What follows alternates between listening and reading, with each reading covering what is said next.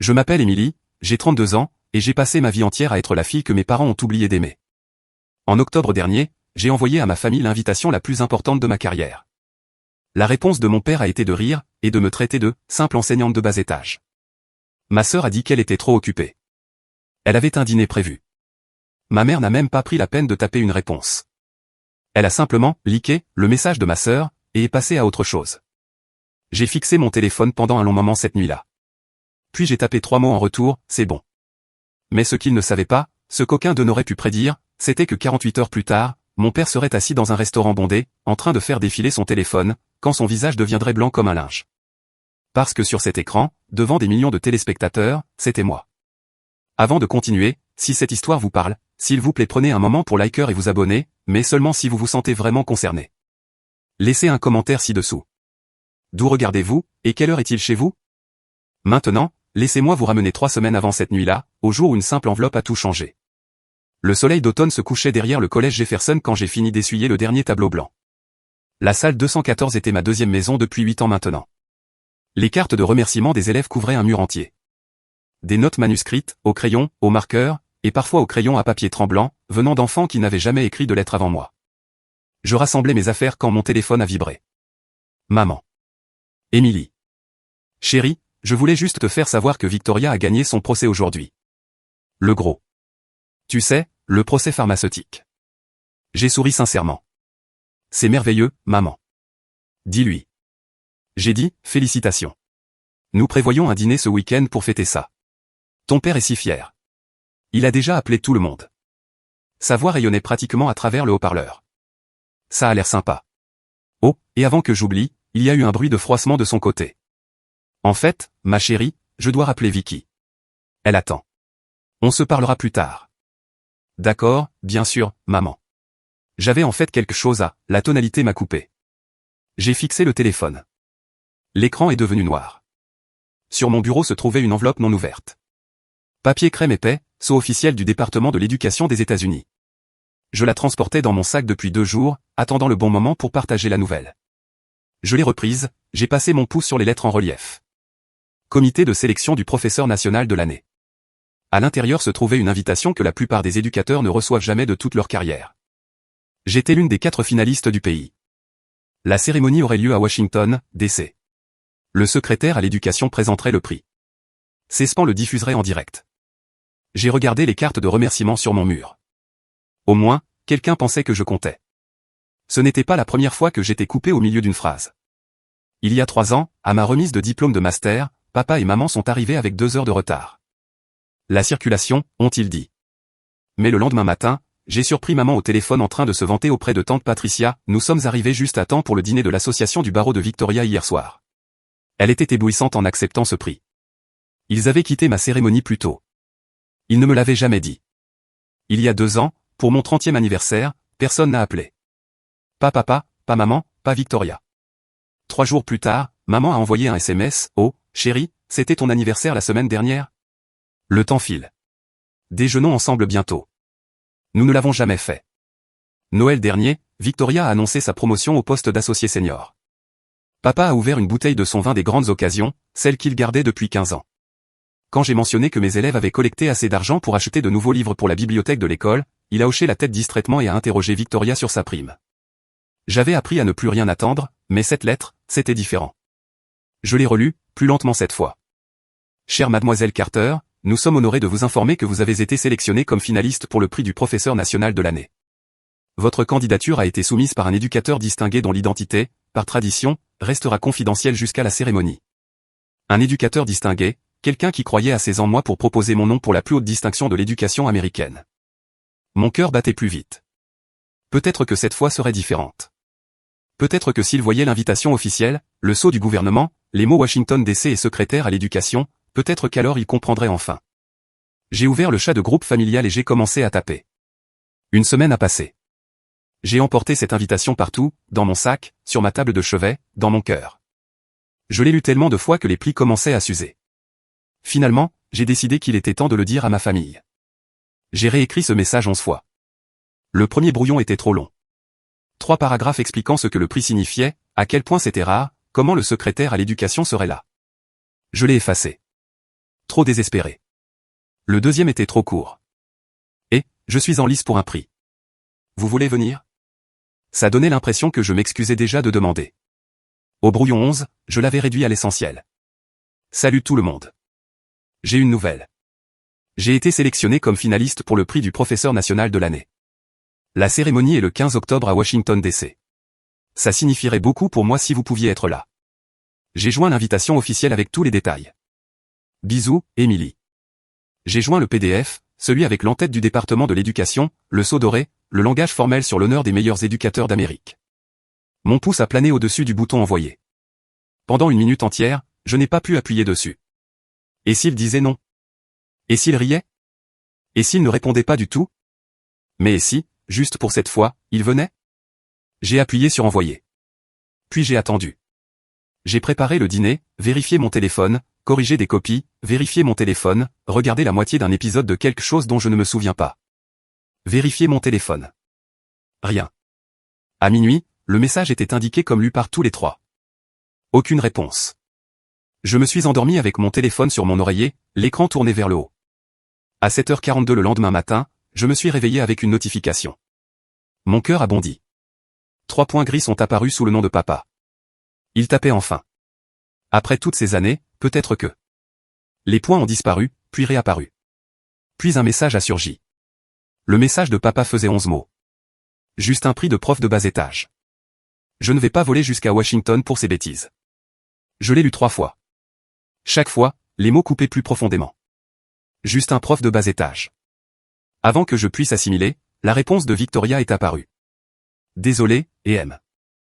Marc et moi avons un dîner prévu ce soir-là. On ne peut pas annuler. C'est important. Tu comprends, pas vrai? L'emoji. Elle a vraiment ajouté un visage souriant.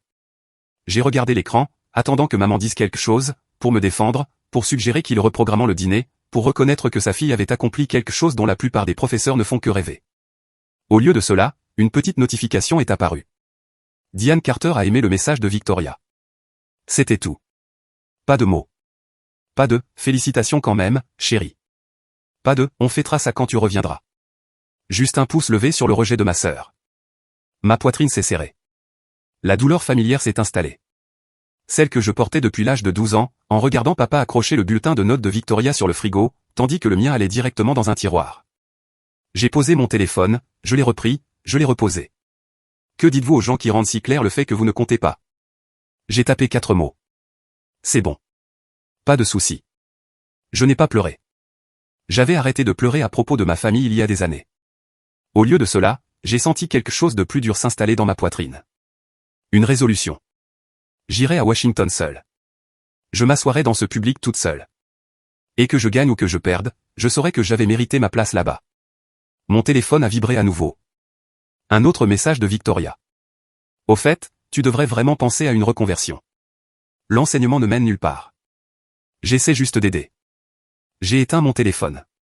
Ce soir-là, je me suis assis seul dans mon appartement, un 2 pièces sans ascenseur que papa avait un jour qualifié de « déprimant » et que Victoria décrivait comme « pittoresque d'une manière triste ». J'ai fixé mon diplôme de master au mur. Summa cum laude. 3 ans de cours du soir tout en enseignant à temps plein. Papa avait manqué cette remise de diplôme aussi. Mon téléphone a sonné. J'ai failli l'ignorer, mais l'identifiant disait « Grand-mère Martha ». J'ai répondu instantanément. Émilie, ma chérie. Sa voix était chaleureuse, stable, tout ce que les voix de mes parents n'étaient pas. J'ai entendu parler de la nomination. J'ai fait une pause. Comment as-tu? Oh, les nouvelles voyages dans les cercles de l'éducation. Je pouvais entendre son sourire à travers le téléphone. Tu l'as dit à tes parents? Le silence a été ma réponse. Ah. Elle comprenait. Elle comprenait toujours. Émilie, écoute-moi. As-tu lu la lettre de nomination attentivement? Oui. Elle disait que le nominateur souhaitait rester anonyme. MMMM. Et elle mentionnait que cette personne avait nommé 6 professeurs au fil des ans. Mon souffle s'est coupé. Comment sais-tu ce que la lettre dit? Grand-mère Martha avait été directrice d'école pendant 35 ans. Avant de prendre sa retraite, elle avait transformé 3 écoles en échec en modèle d'excellence. Dans les cercles de l'éducation, son nom avait un poids que je n'avais jamais pleinement compris. Disons juste que j'ai de vieux amis au comité. Sa voix s'est adoucie.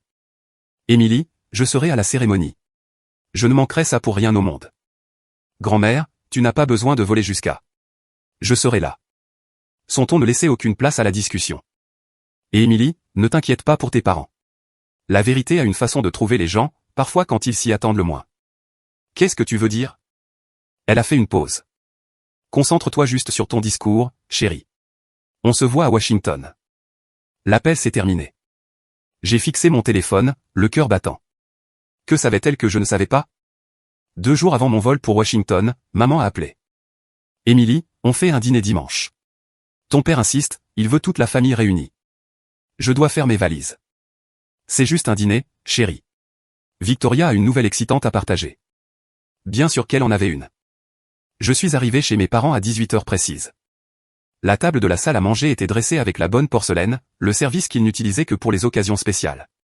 Les bougies vacillaient. Le vin s'aérait dans une carafe en cristal.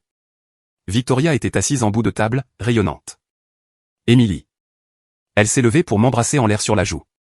Si contente que tu aies pu venir. Marc, son mari, a offert un hochement de tête poli. Il avait toujours été silencieux en présence de ma famille, un observateur plutôt qu'un participant. Papa a levé son verre. Avant de manger, j'aimerais proposer un toast à Victoria, qui vient d'être nommée associée chez Michelin et Associates. La plus jeune associée de l'histoire du cabinet. Associée? J'ai regardé ma sœur. Félicitations, Victoria. C'est impressionnant. Merci. Elle a lissé son chemisier en soie. Ça a pris du temps. Maman rayonnait. Tu vois, Émilie, c'est à ça que ressemble le travail acharné. De vrais résultats, un vrai succès. J'ai posé ma fourchette. Victoria, a continué papa. Dis à Émilie quel est ton nouveau salaire. Papa, a ri Victoria. C'est de mauvais goût. Allez. Elle devrait savoir ce que l'ambition peut accomplir. Victoria a haussé les épaules. Disons juste que c'est substantiel. 7 chiffres, a annoncé papa fièrement. Ma fille, 7 chiffres. La table est devenue silencieuse. Tout le monde m'a regardé. C'est merveilleux, ai-je dit doucement. Papa s'est penché en avant. Alors, Émilie, quoi de neuf pour toi? Toujours à enseigner assez. C'est quoi? Des élèves de 4e. 5e et 4e. Il a hoché la tête lentement. C'est ça. Et cette petite cérémonie dont tu as parlé. C'est quand déjà? Mardi. Ah. Il a repris son vin. Un truc d'appréciation des profs. C'est le prix national du. C'est ça. C'est ça. Il a agité la main. Mignon. Victoria a incliné la tête, ce sourire condescendant familier jouant sur ses lèvres. Alors, combien gagne un prof exactement ces jours-ci, si ça ne te dérange pas que je demande? Je savais où cela allait. Environ 52 000 par an. Victoria a jeté un coup d'œil à Marc, réprimant un rire. Chérie, c'est moins que mon bonus mensuel. Marc a bougé, mal à l'aise sur son siège. Papa a hoché la tête gravement. Tu vois, Émilie, c'est exactement ce que je disais. L'enseignement n'a pas d'avenir, pas de potentiel de croissance. Tu es intelligente. Tu aurais pu faire n'importe quoi. J'ai fait quelque chose. Ma voix est restée égale. J'ai choisi d'enseigner.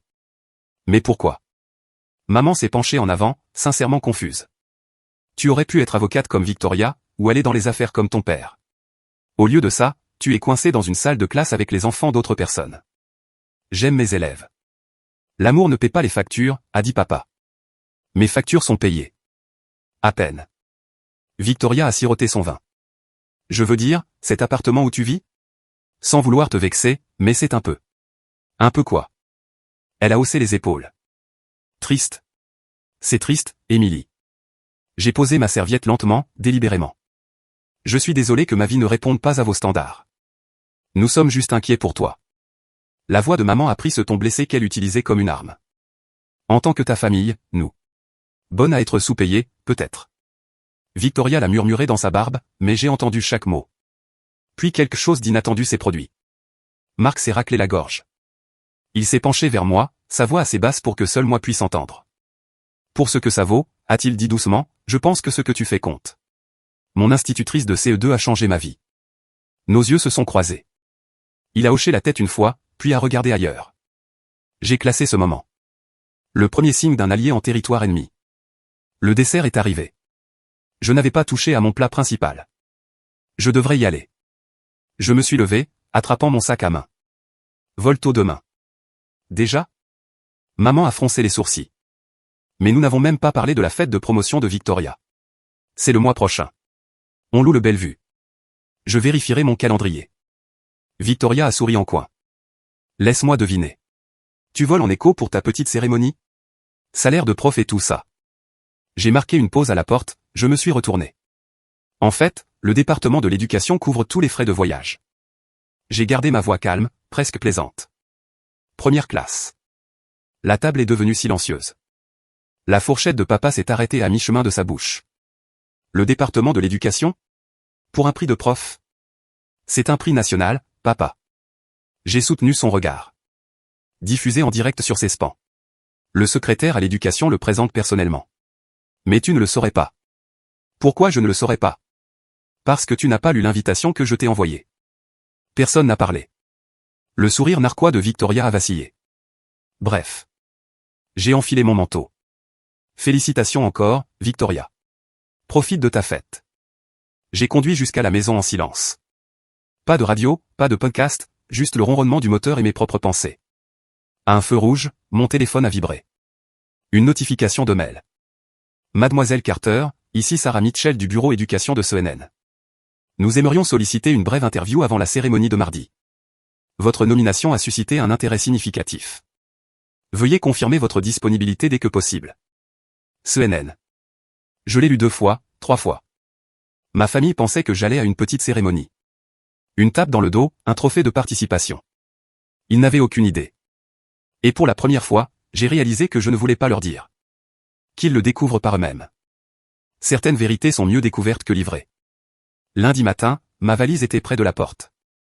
Un sac modeste, soigneusement emballé, tenue professionnelle, chaussures confortables, le discours que j'avais réécrit 40 fois. Le docteur James Walker, mon directeur, a appelé juste au moment où je fermais à clé. Emily, je voulais t'attraper avant que tu partes.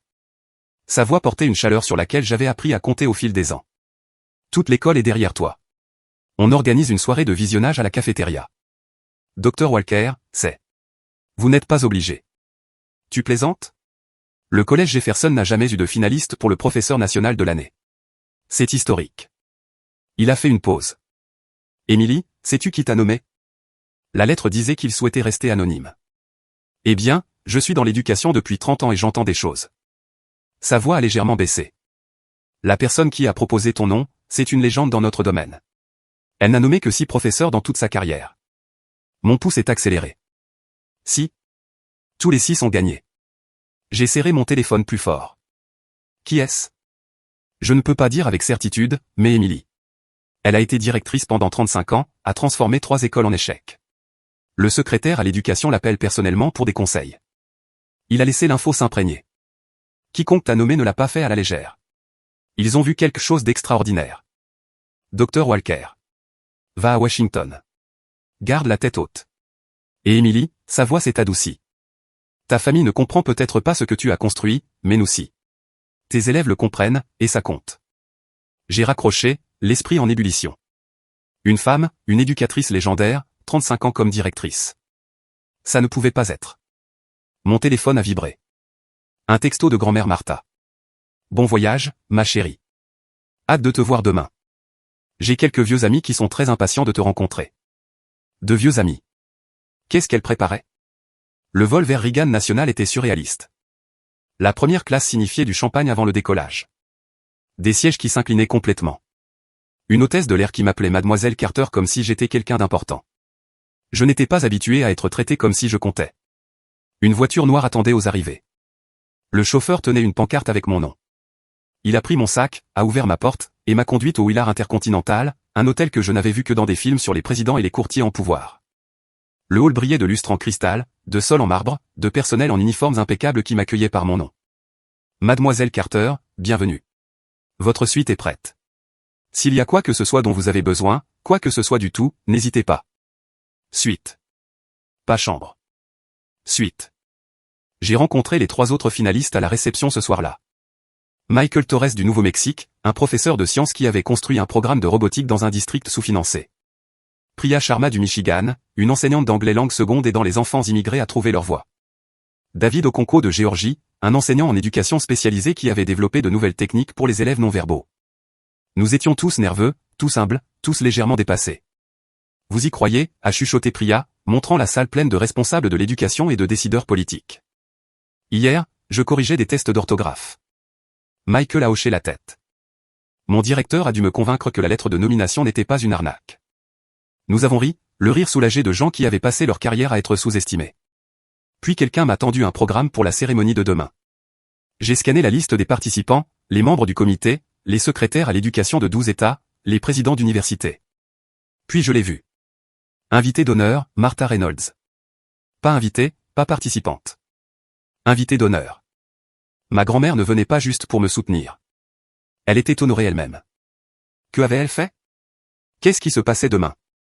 Je l'ai trouvée dans le hall de l'hôtel le lendemain matin. Grand-mère Martha était assise dans un fauteuil à oreilles près de la fenêtre, la lumière du matin accrochant l'argent dans ses cheveux. À 84 ans, elle se portait toujours comme la directrice qu'elle avait été. Le dos droit, l'œil vif, commandant le respect sans le demander. Elle s'est levée quand elle m'a vu. Son étreinte était féroce.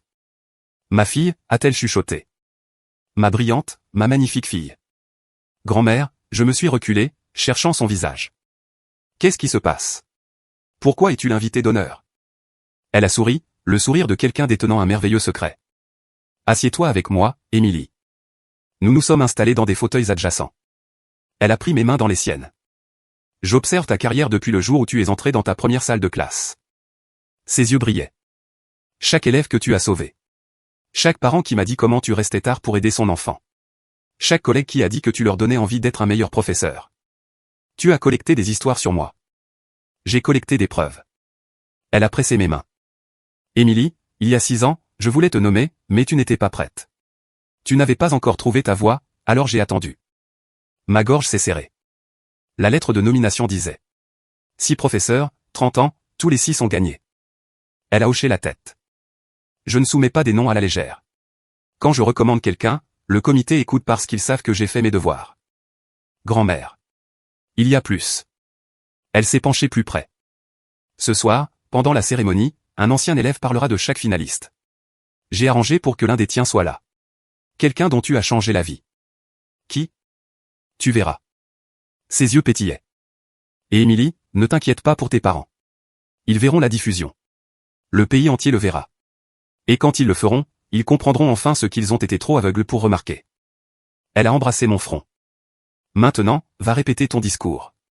Tu vas en avoir besoin. Pendant que je me préparais à Washington, à 300 miles de là, à Philadelphie, ma sœur déjeunait. Je ne le savais pas à ce moment-là. Je l'ai appris plus tard grâce à des captures d'écran qui finiraient par faire leur chemin sur les réseaux sociaux, partagées par des gens qui avaient été à cette table. Victoria avait choisi Tula's Table, un endroit exclusif où les réservations étaient prises 1 an à l'avance. Ses compagnes étaient 3 avocates de cabinets rivaux, des femmes avec qui elle travaillait, contre qui elle était en compétition, et avec qui elle se liait parfois d'amitié. L'une d'elles, Megan Cross, a levé les yeux de sa salade. Et, ta sœur n'est pas prof? J'ai vu quelque chose en ligne à propos d'une cérémonie de remise de prix national aujourd'hui. Victoria a agité la main avec dédain. Oh, ça. C'est juste un truc d'appréciation des profs. Tu sais comment c'est. Tout le monde reçoit un trophée. Mes professeurs nationales de l'année. Une autre femme, Johanna Price, avait l'air sceptique. Ça a l'air assez important. S'il te plaît, Harry Victoria. Ce n'est pas comme si elle gagnait un prix Nobel. C'est juste de l'enseignement. Megan et Johanna ont échangé des regards. Enseigner est en fait vraiment difficile, a dit Megan prudemment. L'instituteur de mon fils en CE2 lui a pratiquement sauvé la vie. Victoria a siroté son vin. Je suis sûr qu'Emily se débrouille bien dans ce qu'elle fait, mais soyons honnêtes, si elle avait une vraie ambition, elle ne se serait pas contentée d'un salaire de 50 000 $ et d'une salle de classe pleine d'enfants d'autres personnes. La table est devenue silencieuse. Ce que Victoria ne savait pas, ce que personne à cette table ne lui a dit, c'était que Johanna Price n'était pas juste une avocate. Avant de se tourner vers le droit, elle avait passé 5 ans comme reporter éducation pour le Philadelphia Inquirer.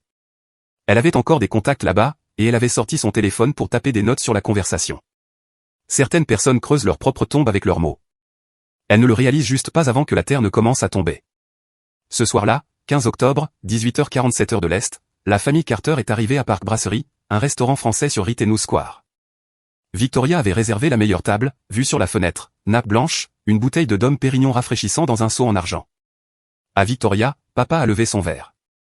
Associé à 36 ans. Je ne pourrais pas être plus fier. À Victoria, a fait l'écho maman, ses boucles d'oreilles en diamant accrochant la lumière des bougies. Ils ont trinqué, ri, Commander des apéritifs qui coûtaient plus que ce que je gagnais en une journée. C'est comme ça qu'on célèbre de vraies réussites, a dit papa, se penchant en arrière sur sa chaise. Pas une cérémonie de certificat dans un gymnase de lycée. Victoria a souri. En parlant de ça, le petit truc d'Émilie ne se passe pas en ce moment? Maman a vérifié sa montre. Je suppose. Elle a dit que ça commençait à 19h. Je me demande combien de personnes sont là. Victoria a ricané. 20? 30? Probablement une salle de conférence. Papa a approuvé. Des sandwichs et une présentation PowerPoint. Marc, le mari de Victoria, est resté silencieux. Il fixait son assiette, la mâchoire serrée, clairement mal à l'aise avec la conversation. Quand Victoria s'est moquée du « petit truc » d'Émilie, il a ouvert la bouche comme pour parler, puis a capté le regard perçant de Victoria et a regardé ailleurs. « Tu sais, » a dit maman, « je me sens un peu mal. Peut-être qu'on aurait dû envoyer des fleurs ou quelque chose. » Pourquoi? Victoria a raillé. C'est une prof, maman. Il distribue ses prix constamment. Meilleure assiduité. Meilleur tableau d'affichage.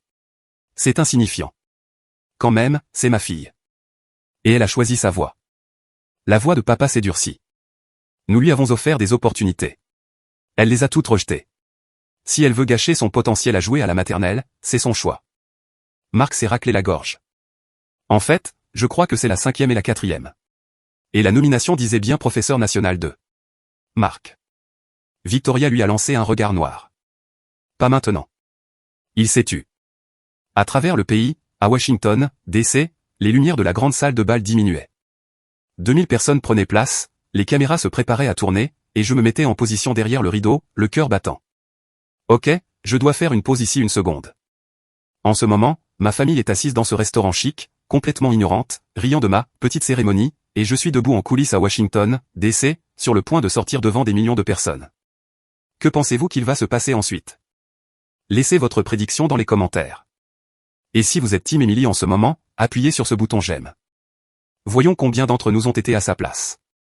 Maintenant, revenons à cette nuit-là. La grande salle de bal du Kennedy Center m'a coupé le souffle. 2000 personnes. Des lustres en cristal projetant une lumière dorée sur une mer de tables rondes drapées de blanc. Des drapeaux américains flanquant une scène qui semblait s'étendre à l'infini. Et des caméras. Tellement de caméras positionnées sous tous les angles. Un assistant de production a touché mon coude. Mademoiselle Carter, vous entrerez côté jardin quand ils appelleront votre nom. Suivez juste le projecteur. J'ai hoché la tête, ne faisant pas confiance à ma voix. À travers une fente dans le rideau, j'ai repéré grand-mère Martha au premier rang, assise directement derrière une pancarte qui disait invité d'honneur. Elle portait son meilleur tailleur bleu marine, les boucles d'oreilles en perles que grand-père lui avait offertes il y a 50 ans. Ses yeux brillaient déjà. Le secrétaire à l'éducation s'est approché du podium. Les caméras ont pivoté vers lui. Bonsoir. Nous sommes ici ce soir pour honorer les meilleurs éducateurs d'Amérique. J'ai senti mon téléphone vibrer dans ma pochette. Un texto de grand-mère. Je suis si fier de toi. Tes parents vont bientôt voir ce que j'ai toujours su. Le pays entier est sur le point de rencontrer l'Émilie que j'aime. Le pays entier. C'est Span diffusé en direct. CNN avait une équipe de tournage. Des journalistes spécialisés en éducation de tous les grands médias prenaient des notes. Et à Philadelphie, ma famille mangeait de la cuisine française, se moquant de ce qu'ils supposaient être une petite cérémonie. Représentant le meilleur de ce que l'éducation peut être, a continué le secrétaire. Des professeurs qui vont au-delà du programme, qui voient du potentiel là où d'autres voient des problèmes, qui changent des vies un élève à la fois. J'ai fermé les yeux, respiré. Quoi qu'il arrive ensuite, j'avais mérité ma place ici. Pas à cause de l'approbation de ma famille. Pas à cause de l'argent, ou du statut, ou du prestige. Parce que je m'étais présenté chaque jour pendant 12 ans pour des enfants qui n'avaient personne d'autre. Mon nom a été appelé. Je suis entré dans la lumière. Avant d'annoncer nos résultats finaux, a dit le secrétaire, chaque finaliste entendra un ancien élève dont il a touché la vie. Veuillez accueillir Marcus Thompson. Mon cœur s'est arrêté. Marcus. Le petit Marcus Thompson, qui s'asseyait au fond de ma classe avec des trous dans ses chaussures et la faim dans ses yeux, qui rendait des devoirs écrits sur des serviettes parce qu'il ne pouvait pas se payer de cahiers, qui m'avait dit un jour qu'il serait probablement mort avant 20 ans. Mais l'homme marchant vers le micro n'était plus petit. Marcus Thompson mesurait 1,80 m, large d'épaule dans un costume parfaitement taillé. Un badge d'identification de John Hopkins pendait à sa poche. À 28 ans, il était résident en 2e année de chirurgie pédiatrique. Quand j'avais 16 ans, a commencé Marcus, sa voix stable. J'étais sans abri. Le public est devenu silencieux. Ma mère était en prison. Je dormais dans ma voiture. J'avais abandonné tout espoir. L'école, la vie, moi-même. Puis je suis entré dans le cours d'anglais de Mademoiselle Carter. Il a fait une pause, m'a regardé directement. Elle a remarqué des choses. Que j'avais toujours faim. Que je portais les mêmes vêtements tous les jours. Que je tressaillais quand les gens bougeaient trop vite. Sa voix a craqué légèrement. Elle ne l'a jamais annoncé. Elle ne m'a jamais fait sentir comme un cas social. Elle a juste aidé. J'ai senti les larmes monter. Elle m'a acheté de la nourriture, m'a conduit à des entretiens pour des bourses, et resté après l'école pendant des heures pour m'aider avec mes candidatures à l'université. Quand j'ai été accepté à Johns Hopkins, Mademoiselle Carter a été la première personne que j'ai appelée. Pas parce qu'elle était ma prof, mais parce qu'elle était la première adulte qui ait jamais cru que je pouvais être quelque chose. Marcus a essuyé ses yeux. Mademoiselle Carter n'a pas sauvé ma vie avec de grands gestes. Elle l'a sauvée avec de petits actes de gentillesse chaque jour. Je suis médecin aujourd'hui grâce à elle. Le public s'est levé. 2000 personnes debout, applaudissant pour moi. Les applaudissements se sont estompés. Le secrétaire à l'éducation est retourné au podium avec une enveloppe crème dans les mains. Le comité de sélection a examiné des centaines de nominations venant de tout le pays. Les 4 finalistes que vous avez vus ce soir représentent le meilleur absolu de l'éducation américaine. Il a fait une pause. Mais un seul peut recevoir notre plus haute distinction. Je ne pouvais plus respirer. À côté de moi, Priya Sharma a serré ma main. Michael Torres a fermé les yeux. David Okonkwo a chuchoté ce qui ressemblait à une prière. Le secrétaire a brisé le sceau. Le professeur national de l'année 2024 est. Silence. 2000 personnes retenant leur souffle. Emily Carter de Philadelphie, Pennsylvanie. La salle a explosé. Je n'ai pas bougé. Je ne pouvais pas bouger. Priya a dû physiquement me pousser en avant. Vas-y, a-t-elle ri à travers ses larmes. Vas-y. La marche vers cette scène a ressemblé à un rêve. Les lumières floues, les applaudissements tonitruants, les visages souriants, 2000 étrangers debout, célébrant une professeure d'un collège sous-financé qui avait simplement refusé d'abandonner ses élèves. Le secrétaire a serré ma main. Les caméras ont flashé. Dans la foule, j'ai repéré Marcus. Il pleurait ouvertement maintenant, applaudissant si fort que ses mains devaient lui faire mal. Nos yeux se sont croisés. Il a mimé 2 mots, merci. Non. Merci à toi, Marcus, d'être la preuve que ce que je fais compte. Quelqu'un m'a tendu un trophée en cristal si beau que j'avais peur de le tenir. Félicitations, Mademoiselle Carter. Le secrétaire s'est penché près de moi. Votre grand-mère est une force de la nature. Elle dit à tout le monde que vous alliez gagner depuis des mois. J'ai regardé le public, j'ai trouvé grand-mère Martha au premier rang. Elle sanglotait ouvertement, joyeusement, ses mains jointes comme en prière. Je ne l'avais jamais vue pleurer avant. En bas de l'écran, un bandeau CNN est apparu.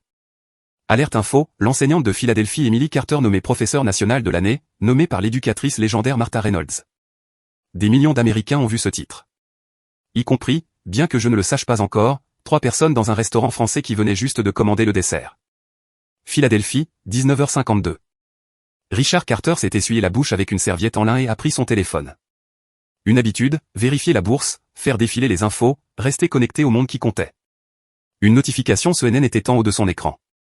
Alerte info, une enseignante de Philadelphie remporte un prix national prestigieux. Il a failli faire défiler sans regarder. Philadelphie avait des milliers d'enseignants. Quelles étaient les chances? Puis il a vu la photo. Sa main s'est figée.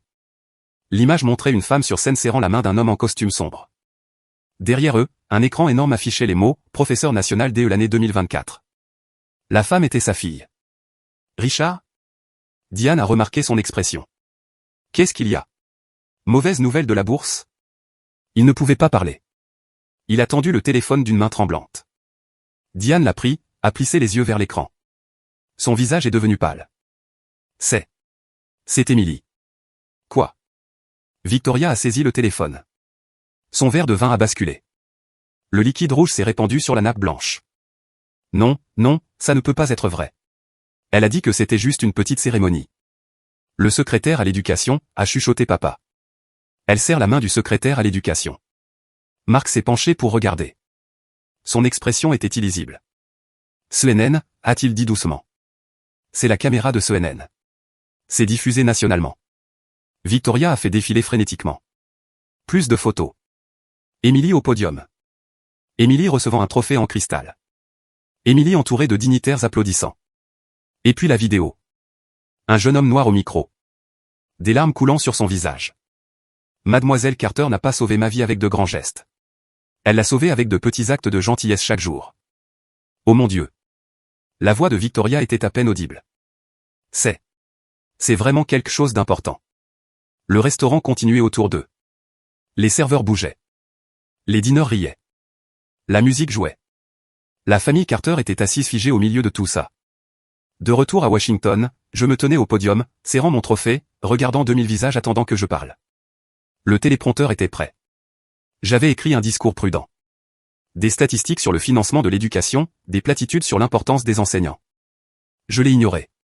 En grandissant, ai-je commencé, ma voix étonnamment stable. On m'a dit qu'enseigner n'était pas une vraie carrière. Le public a bougé. Ce n'était pas le discours de gratitude attendu. On m'a dit que je gâchais mon potentiel, que je ne deviendrais jamais rien, que le succès signifiait argent et statut. J'ai fait une pause. Que les professeurs étaient juste des gens qui n'avaient pas réussi ailleurs. Silence. Mais ce soir, je suis ici grâce à une personne qui n'a jamais cessé de croire en moi. J'ai trouvé les yeux de grand-mère Martha dans la foule. Ma grand-mère, Martha Reynolds. La caméra a pivoté vers elle. Elle a pressé une main sur son cœur. Grand-mère, tu m'as appris quelque chose que mes parents n'ont jamais pu m'apprendre. Que le succès ne se mesure pas au salaire ou au statut. Il se mesure aux vies que vous touchez, aux élèves que vous élevez, aux graines que vous plantez et qui fleurissent bien après votre départ. J'ai pensé à Marcus, aux centaines d'élèves qui étaient passés dans ma classe, aux cartes de remerciements couvrant mes murs. À chaque enseignant qui regarde ce soir, votre travail compte. Votre sacrifice compte. Vos élèves se souviendront de vous longtemps après avoir oublié ce que vous leur avez enseigné. Ils se souviendront de comment vous les avez fait se sentir. J'ai regardé directement dans la caméra principale. Et à quiconque à qui on a déjà dit qu'il n'était pas assez, vous l'êtes. Votre valeur n'est pas déterminée par les gens qui refusent de la voir. Trouvez les gens qui la voient. Accrochez-vous à eux, et ne vous excusez jamais, jamais, de suivre votre cœur. L'ovation debout a duré 3 minutes entières. Je n'ai jamais mentionné mes parents par leur nom. Je n'en avais pas besoin. Tous ceux qui regardaient savaient qu'ils n'étaient pas là. Les téléphones ont commencé à sonner avant que les applaudissements ne cessent. Dans le restaurant de Philadelphie, l'écran de Richard s'est allumé avec appel après appel. Frank Morrison, son copain de golf. Richard, je viens de voir ta fille sur CNN. Pourquoi tu n'es pas là-bas? Il a laissé aller sur la messagerie. Un autre appel. Son frère Tom. Et, Emily est partout aux infos. Tu dois être si fier. D'où est-ce que vous regardez les gars? Messagerie. Le téléphone de Diane a vibré. Sa voisine Hélène, son pasteur, ses amis du club de lecture, tous posant la même question. Pourquoi n'êtes-vous pas avec Emily? Le téléphone de Victoria était le pire de tous. Les SMS affluaient de collègues, d'amis de la fac de droit, de connaissances lointaines dont elle se souvenait à peine. Vu ta sœur à la télé. Trop cool. Pourquoi tu n'étais pas à la cérémonie? Tout va bien? Je viens de regarder le discours. Elle a mentionné quelqu'un qui croyait en elle. C'est toi, pas vrai? Victoria a fixé ce dernier message. Le mensonge serait si facile. Oui, bien sûr. Je suis sa plus grande supportrice. Mais les gens avaient vu la diffusion. Ils avaient entendu Emily remercier sa grand-mère, et seulement sa grand-mère.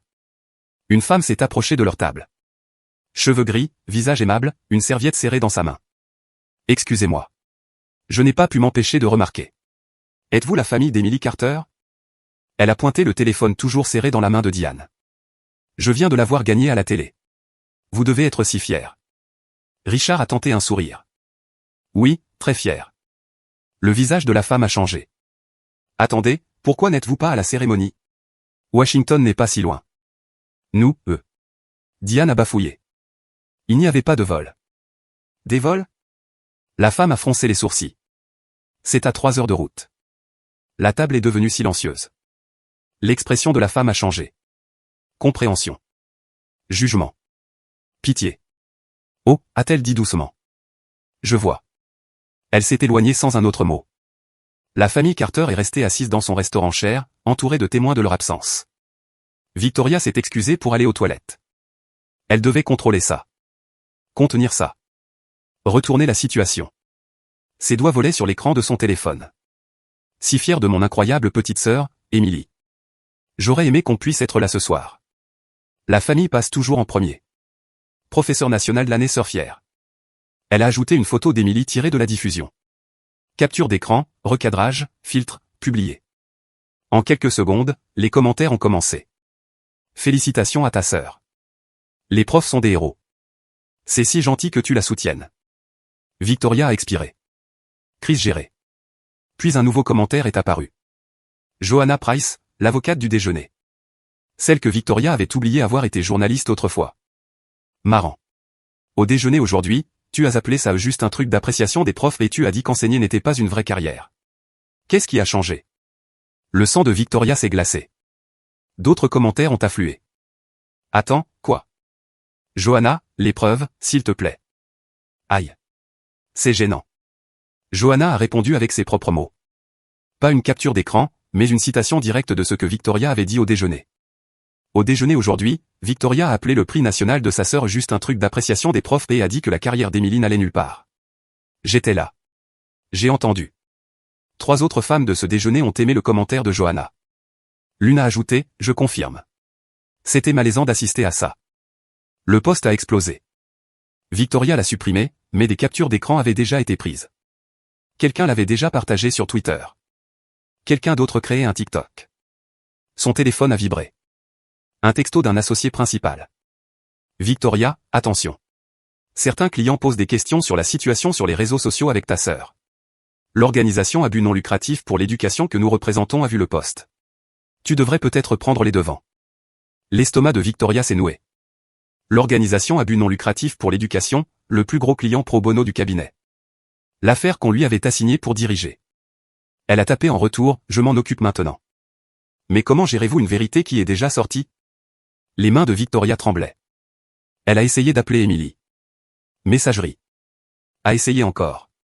Messagerie. Un texto de Marc. Tu devrais peut-être revenir à la table. Les gens regardent. Elle s'est regardée dans le miroir des toilettes. Cheveux parfaits, maquillage parfait, avocate parfaite qui avait tout. Tout sauf le respect de sa sœur. Et maintenant, possiblement, celui de tout le monde aussi. Ma chambre d'hôtel était calme. La cérémonie s'était terminée il y a des heures.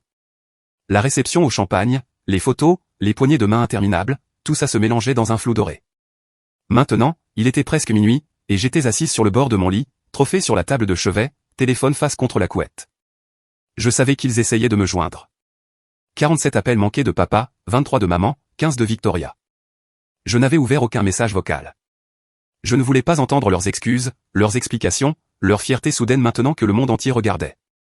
On a frappé doucement à ma porte. Grand-mère Martha se tenait dans le couloir, enveloppée dans un peignoir d'hôtel, ses yeux encore rouges d'avoir pleuré. Je peux entrer? Je me suis écarté. Elle s'est installée dans le fauteuil près de la fenêtre. Pendant un long moment, nous sommes restés assises dans un silence confortable, regardant le Washington Monument briller contre le ciel nocturne. Tu veux leur parler? A-t-elle finalement demandé. J'ai secoué la tête. Pas ce soir. C'est ton droit. Je me suis tourné pour la regarder. Savais-tu que ça arriverait? Qu'ils le verraient? Elle a souri doucement. Je savais que la diffusion les atteindrait. Ce qu'ils choisiraient de faire avec cette information a toujours dépendu d'eux. Ses yeux ont croisé les miens. Émilie, je n'ai pas arrangé ce soir pour punir tes parents. Je l'ai arrangé pour t'honorer. Ce qu'ils ressentent en ce moment, c'est une conséquence de leur propre choix. J'ai senti les larmes menacées. Je voulais juste qu'ils viennent, une fois. Je sais, chérie. Elle a pris ma main. Mais certaines personnes ne peuvent voir la valeur que lorsque le monde la leur montre du doigt. C'est leur limite, pas la tienne. Je me suis appuyé sur son épaule. Pour la première fois de ma vie, je n'avais besoin de la validation de personne d'autre. J'avais déjà la mienne. Une semaine après Washington, les retombées ont continué. Richard Carter est entré dans sa partie de golf habituelle du mardi au Merion Golf Club. 4 hommes qu'il connaissait depuis 30 ans, collègues, amis, hommes qui le respectaient. Richard, a crié Frank Morrison. Comment va notre célèbre père? Les autres ont ri. Pas avec Richard. De lui. J'ai entendu dire que tu as manqué la cérémonie parce que tu étais trop occupé. Tom Hartley a ajusté son gant. Occupé à quoi? Manger de la cuisine française? Le visage de Richard a rougi. Ce n'est pas. Nous avions un engagement antérieur. Pour célébrer ton autre fille. Jim Patterson a secoué la tête. Pendant ce temps, Émilie serre la main de membre du cabinet à la télévision nationale. Sacré engagement antérieur, riche. Diane ne s'en est pas mieux sortie. À son club de lecture ce jeudi-là, les femmes qui discutaient normalement du dernier choix d'Oprah ont passé les 20 premières minutes à discuter du discours d'Émilie à la place. Cette phrase sur le fait de trouver des gens qui croient en toi, a dit Margaret Sullivan. Si beau. Tu étais là quand elle l'a dit? Diane a remué son thé. Nous avons regardé depuis la maison. Depuis la maison. Patricia Wells a haussé un sourcil. Mais c'était à Washington. C'est seulement à quelques heures. Nous ne pouvions pas avoir de vol. Des vols? Hélène Mourari. Diane, on peut y aller en voiture. Richard conduit jusqu'à New York pour des tournois de golf. Les femmes ont échangé des regards, le genre qui communique des volumes sans mots. Diane a posé sa tasse de thé et est partie tôt. Mais le pire était réservé à Victoria. Les captures d'écran s'étaient répandues. Le Twitter juridique avait des opinions. Un journal local a publié un petit article, les commentaires d'une avocate au déjeuner sur sa sœur enseignante deviennent viraux. Le lundi suivant, Victoria a été discrètement retirée de l'affaire de l'organisation à but non lucratif pour l'éducation. Ce n'est pas une punition, a dit son associé superviseur. C'est une question d'image. Le client a spécifiquement demandé un avocat différent. Personne n'a mentionné le post sur les réseaux sociaux directement. Il n'en avait pas besoin. Le chemin de Victoria vers le statut d'associé n'était pas bloqué. Mais elle avait appris quelque chose d'important. La réputation ne consiste pas seulement à gagner des affaires. Il s'agit de qui les gens croient que vous êtes quand personne ne regarde. Les actions ont des conséquences. Parfois, elles mettent juste une semaine à arriver. Petite pause. Je veux vous entendre. Avez-vous déjà eu un moment où votre famille a finalement dû faire face aux conséquences de la façon dont elle vous traitait? Je sais que je ne suis pas seul là-dedans. Commentez ci-dessous avec votre histoire. Je lis chacune d'entre elles. Et si vous êtes encore là, merci. Nous sommes presque à la fin, et croyez-moi, ça s'améliore. Abonnez-vous si ce n'est pas déjà fait. Maintenant, continuons. 2 semaines après Washington, j'ai accepté un dîner chez mes parents. Non pas parce que je le voulais, mais parce que j'étais prête. La maison avait l'air identique. Même briques coloniales, même pelouse entretenue, même couronne sur la porte que maman changeait avec les saisons. Mais quand j'ai franchi cette porte d'entrée, tout semblait différent. Ma famille était déjà assise dans le salon. Papa dans son fauteuil. Maman sur le canapé. Victoria perchée sur le bord d'un coussin comme si elle pouvait avoir besoin de s'enfuir à tout moment. Personne ne s'est levé pour m'accueillir. Émilie. Papa s'est raclé la gorge. Nous devons parler de ce qui s'est passé. Je suis resté debout. Ce qui s'est passé? J'ai gagné un prix. Vous n'êtes pas venu. C'est ce qui s'est passé. C'est plus compliqué que ça, n'est-ce pas? J'ai gardé ma voix égale. Parce que de là où je me tiens, c'est assez simple. Je vous ai invité à la soirée la plus importante de ma carrière. Vous vous êtes moqué de moi et êtes allé dîner à la place. Maman a tordu ses mains. Nous ne savions pas que c'était une si grosse affaire. Je vous ai envoyé l'invitation. Elle disait le national. Elle disait le secrétaire à l'éducation. Elle disait les diffusions CESPAN. J'ai regardé chacun de tour à tour. Quelle partie n'était pas claire? Victoria s'est levée brusquement. Très bien. Tu veux des excuses? Je suis désolé que nous ne soyons pas venus à ta cérémonie. Contente maintenant? Non, Victoria. Je ne veux pas d'excuses. Alors qu'est-ce que tu veux? J'ai pris une respiration, me suis stabilisé. Je veux que vous compreniez quelque chose. Pendant 32 ans, j'ai essayé de gagner votre respect, essayé de vous rendre fier, essayé de prouver que mes choix étaient valides, même si ce n'étaient pas les choix que vous auriez faits. J'ai fait une pause. J'ai fini d'essayer. La pièce est devenue silencieuse. Mes mains tremblaient légèrement. Je les ai jointes pour le cacher. 32 ans à vouloir leur approbation ne disparaissait pas du jour au lendemain. Une partie de moi voulait encore que papa se lève et dise qu'il était fier. Une partie de moi voulait encore que maman me serre dans ses bras et le pense. Mais j'avais appris quelque chose à Washington. Vouloir quelque chose ne signifie pas que vous en avez besoin pour survivre. Qu'est-ce que ça veut dire?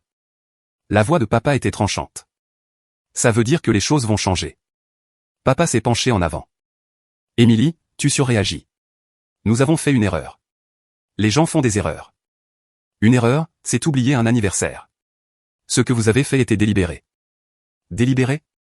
Il a ricané. Nous n'avons pas délibérément. Vous avez lu mon invitation.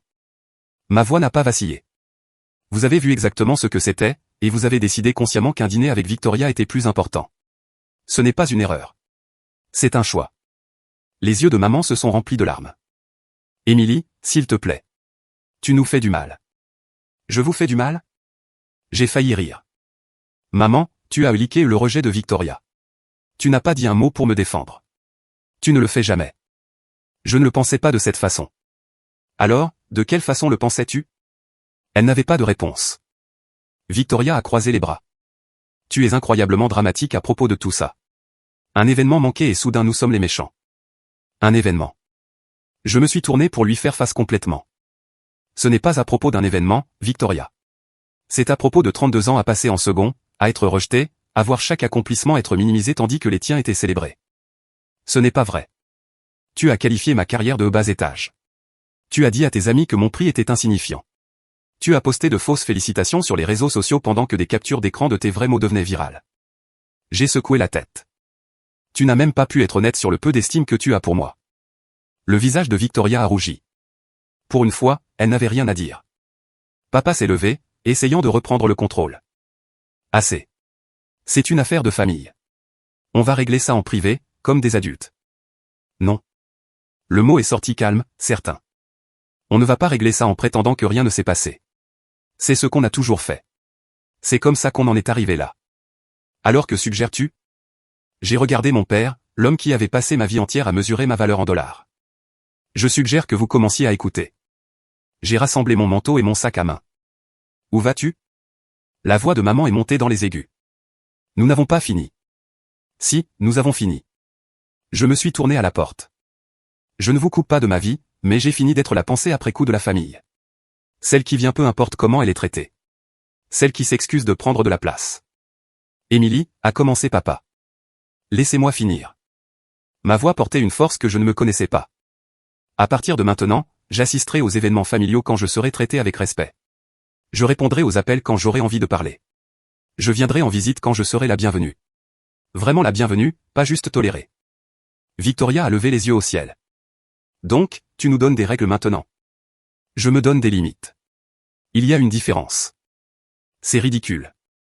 Le visage de papa a rougi. Nous sommes tes parents. Tu ne peux pas juste. Je peux, et je le fais. J'ai croisé son regard.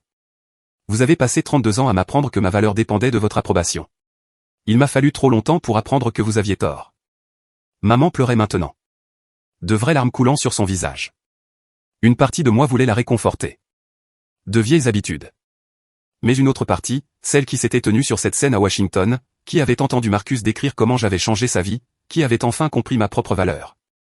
Cette partie a tenu bon. Si vous voulez faire partie de ma vie, vous devez me voir. Vraiment me voir. Pas la fille que vous auriez aimé que je sois, pas la prof dont vous avez honte. Moi. J'ai ouvert la porte d'entrée. L'air frais d'automne s'est engouffré. J'espère que vous pourrez faire ça, ai-je dit doucement. Mais si vous ne pouvez pas, je survivrai. J'ai construit une bonne vie, une vie qui a du sens, avec ou sans votre bénédiction. Je suis sorti. La porte s'est refermée doucement derrière moi. Je ne me suis pas retourné. 6 mois plus tard, la lumière du printemps inondait les fenêtres de mon nouvel appartement, un 3 pièces dans une maison de ville, 2 fois la taille de mon ancien logement.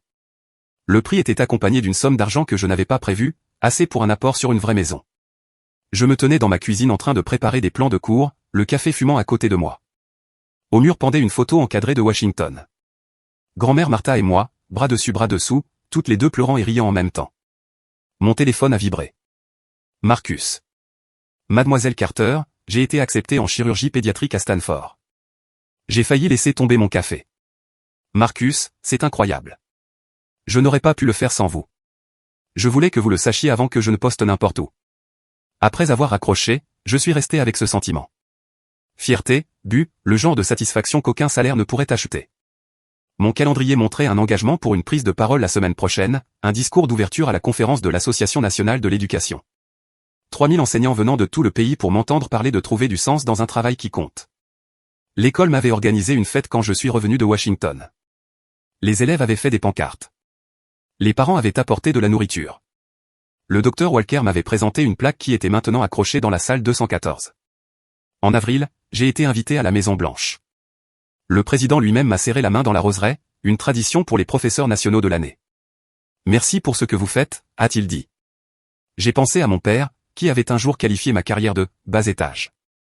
Je me suis demandé s'il regardait.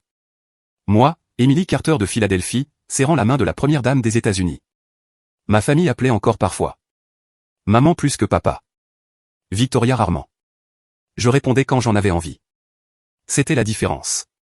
Je n'attendais plus près du téléphone en espérant leur approbation. Je n'ajustais plus ma vie autour de leurs opinions. J'avais trouvé mes gens, mon but, ma paix. C'était assez. C'était tout. Sur mon bureau se trouvait une lettre du département de l'éducation. Il voulait filmer un court documentaire sur grand-mère Martha et moi, 2 générations d'éducatrices, l'héritage que nous avions construit. À côté se trouvait une petite enveloppe, couleur crème, sans adresse de retour, mais j'ai reconnu l'écriture. Celle de papa. Je l'ai ouverte lentement. Émilie, j'avais tort sur ta carrière, sur ce qui compte, sur toi. Je n'attends pas le pardon. Je voulais juste que tu saches que je suis désolé. Papa. Je l'ai lu 2 fois, je l'ai reposé doucement. Il y a 6 mois, cette lettre aurait tout signifié. J'aurais appelé immédiatement, me serais précipité, aurais reconstruit des ponts qui n'étaient jamais vraiment là. Maintenant, je ressentais quelque chose de différent. Pas de la colère, pas de la vindicte. La paix. Je répondrai éventuellement, quand je serai prête, à mes conditions. Dehors, le printemps s'éveillait. Cerisier en fleurs, nouveau départ, le cycle de renouveau que les enseignants comprennent mieux que quiconque.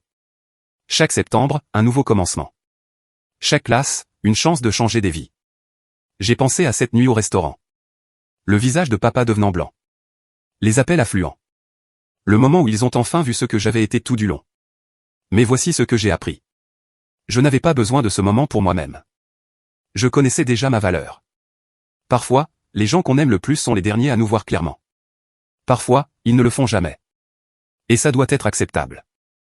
Ma grand-mère m'a dit un jour que les meilleurs enseignants n'enseignent pas des matières. Ils enseignent à des élèves. Ils voient du potentiel là où d'autres voient des problèmes. Ils plantent des graines qui fleurissent longtemps après leur départ.